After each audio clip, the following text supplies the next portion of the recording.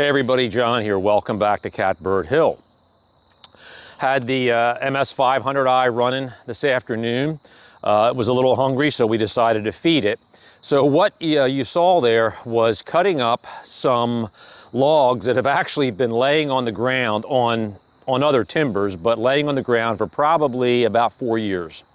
And it was a mix of silver maple and black walnut. Now, I did cut up one of the black walnut logs, and I was suspicious that it probably had a defect running through it, which it does, and I'll show you that shortly. So I didn't think it was going to be any good for a saw log for the mill, but I do have a couple of other black walnut logs here that I think are going to be a lot better. So we're going to preserve them, not section them up into firewood. So the bulk of these logs, the point is the bulk of these logs would not be good to be putting on the sawmill, and you probably could tell that as I was cutting. Some of them were very punky. I knew that, and I knew that I was probably going to be trashing some of this wood, and I knew I needed to get it to the very back of the property where I can just kind of dump it and let it decompose. And it was just going to be easier to cut them up into smaller pieces, the stuff that I wasn't going to save, and it's going to decompose a little faster and just sort of go back to the earth. But I knew there was some decent wood in here, and I have a really good friend who I regularly supply him with boiler wood. He has a wood boiler on his property. So I told him, I said, look, you know, the cooler weather's coming, although you wouldn't know it today. I'm pretty well soaked with sweat here. But the cooler weather's coming. I knew he needed to stock up on boiler wood. And I thought this wood would be pretty close to ready to burn. Maybe not right away, but maybe after a couple of months if he splits it up a little bit into some smaller pieces. So let's just check the moisture content and see where we're at.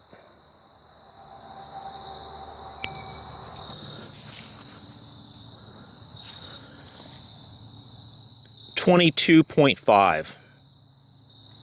Okay, so again, not ready to burn, but this is really rock solid. I mean, this is really good. These pieces were probably more toward the center of a couple of the logs. The end pieces typically start to decay pretty quickly and they're absorbing moisture, but probably the center 3 or 4 rounds in each of these logs, when I opened them up, look just like this. That's going to make some nice firewood for him. So I hate to waste all the wood. I knew that, you know, when the wood was cut down, when the trees were cut down, I knew that it was not great wood. The trees were largely dead, particularly the maples. And I just didn't know as much then as I know now about maple. It decays pretty quickly, particularly silver maple. But again, I hate to waste it. If somebody can use it, and I know he can, he'll be really happy to get this. I think if he splits it up, certainly doesn't have to go to, you know, small firewood sticks, but if he sections these rounds maybe into 8 pieces or so, it'll dry probably within a month and he'll be ready to toss it in. We've got some more wood in the back of the property, some ash, which we're going to be sectioning up to make it a little easier to load, and we'll get everything put together and load up the truck and we'll make a trip. Stay tuned.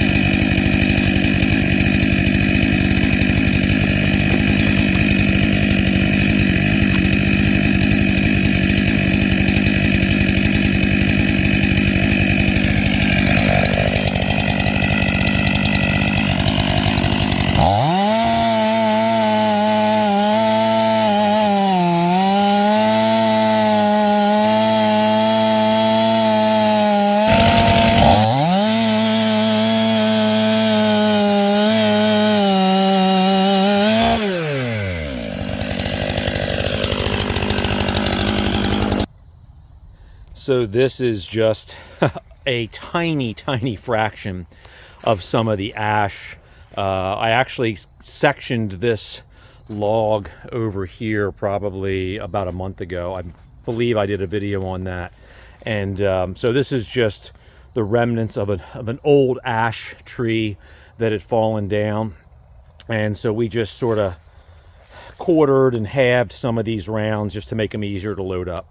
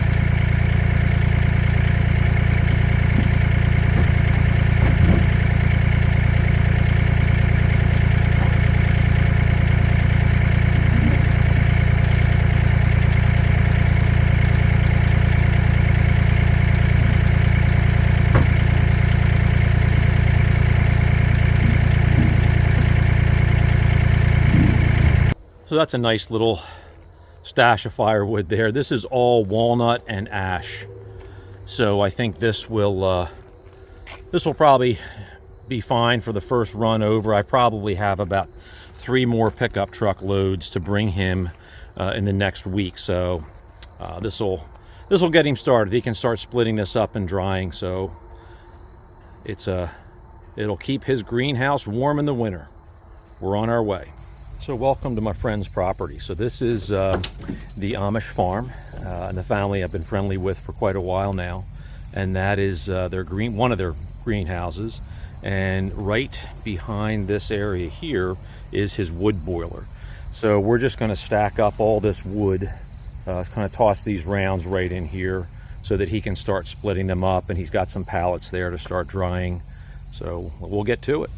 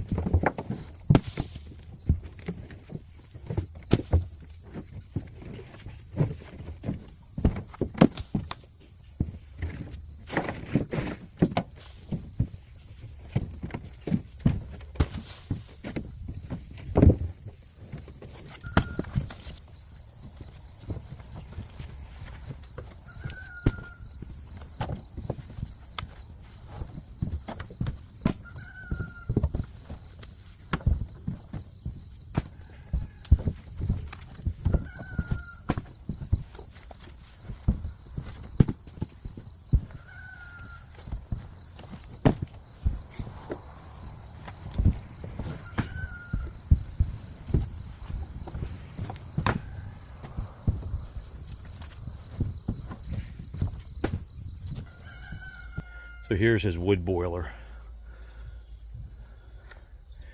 It's old, but it works, and it keeps him and this greenhouse warm. You can see they got all their stuff lined up lettuces and so forth, and tomatoes growing there.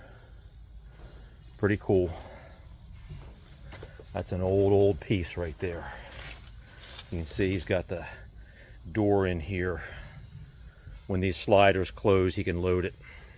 I tell you, I just dropped a load. He got mostly ash and black walnut. So it was the whole back of the truck. So I just put it kind of where the stacked firewood is there. Great. I've got do some weed whackers back there. Yeah, I probably got about 3 more pickup loads of that. Good. Great. You can check it out. I mean, it's good. I mean, I think if you split that now, you know, month it'll be ready to go. Okay. Ash is, I think ash dries a little fast. Oh, it dries really fast. Even live, about 4 months split, it's ready to burn. Wow. Yeah. Okay. Yeah, that's great. Yeah. So give me something to get started. Yeah, I'll keep. I'm not going to be able to come down tomorrow. There are a lot of reasons that we really like living here in southeastern Pennsylvania, and this is one of them. One of many. Just the absolute beauty of the landscape here. You know, we're just surrounded by farms, and you know, our township here in Pennsylvania is still all agricultural. That's the industry, the economy, and we're just grateful, really grateful for that. A lot of harvesting going on right now. That's soybean there. They'll be ready to pull that soon. They pulled most of the corn. Farmers are still cutting hay. I don't know if you guys can see some hay rows there, but still got a little bit of corn left here.